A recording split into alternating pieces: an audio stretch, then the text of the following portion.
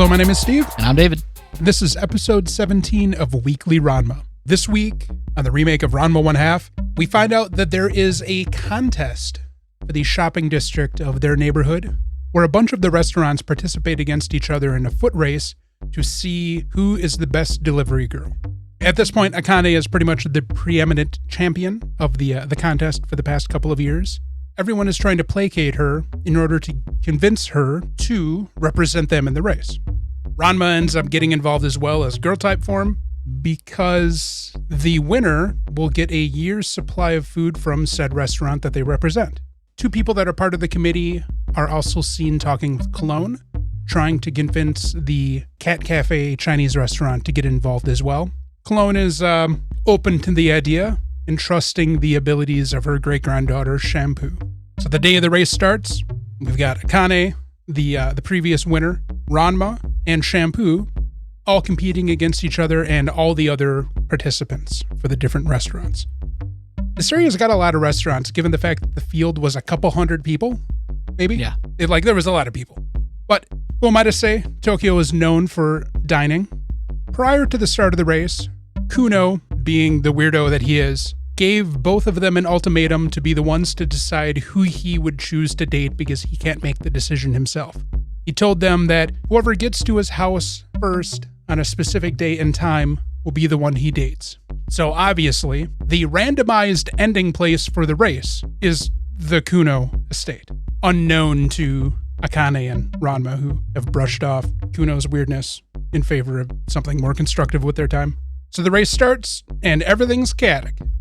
So what that means is any mode of transportation is allowable, and disrupting the ability of your opponents to deliver a nice, complete meal is completely on the books.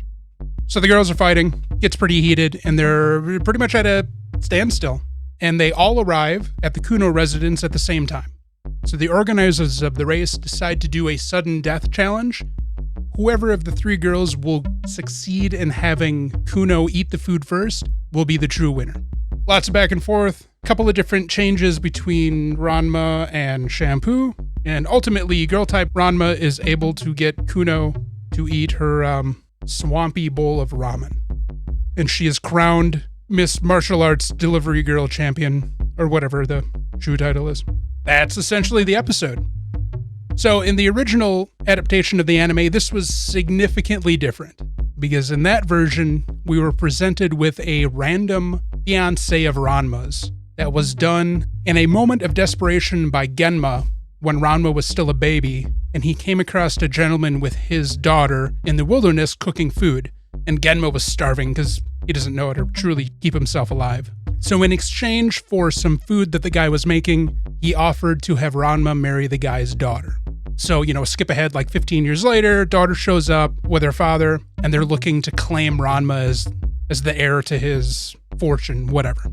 Resistance obviously happens, so he offers the idea of them participating in the upcoming delivery girl race.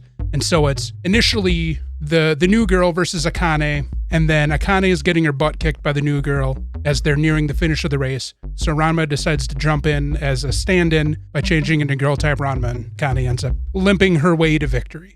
And then said fiancé leaves, disappointed, but, willing to play by the rules that they set. And then all of a sudden we get another fiancé to show up, kind of showing this perpetual habit of Genma's to lie to people to get things from them using Ranma as collateral.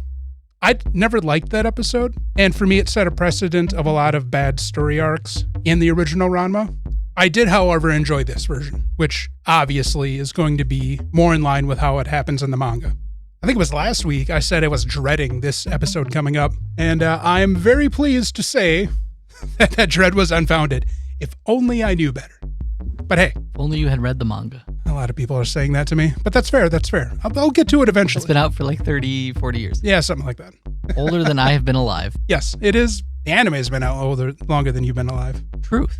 So there we have it. It was not the episode that I expected. It was the episode that I dreaded, but that dread was unfounded due to the real story of the Delivery Girl Championship race. Hopefully what this means is that all those revolving door one-shot fake fiancé, well, not fake, but alternate fiancés of Ranma was just a construct of the original adaptation. If that's the case, we theoretically have one more fiancé candidate to show up, but that person I don't think was ever officially considered a fiancé. And the shampoo thing, that's just a whole misunderstanding with Chinese Amazonian tribal culture. So truly, the only real fiancé is Akane. Thoughts on the episode? It's another competition. Yeah, unfortunately, that's just kind of how Ranma does things. I don't know how I feel about it. I think Akane is intentionally dense sometimes.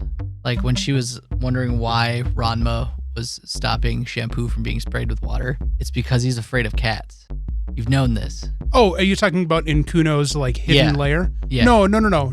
She was spraying them for the reason of having Shampoo turn into a cat to disrupt Ranma. Right. But she's all like, why would you protect Shampoo? And it's like, because he's afraid of cats. No, she's not that dense. I don't know. They made her seem kind of dense this episode. Because she just kept going, why are you protecting Shampoo? Why are you protecting Shampoo? Because she's using his It's guilt. because he's afraid of cats. He's using his guilt as a weapon against him. That's my thought. So in the original adaptation in the anime, Akane was wearing her practice gi. Mm-hmm. This time she's wearing like a shopkeep style kimono outfit. Yeah. Or not kimono, but like a yukata. I think it was a much better look for her. The traditional attire. Ranma always looks weird. Ranma does always look weird. And Shampoo is And always... boy, howdy, were Ranma and Shampoo naked in amount of time in this episode. Yes. Also, while Ranma was being interviewed. Yeah. In girl type form, shirtless. Yeah. The city is okay with child nudity. Apparently so, yes.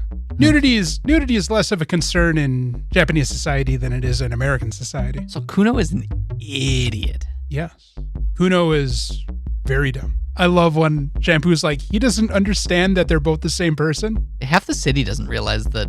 Willful ignorance, let's chalk it up to. Holy crap.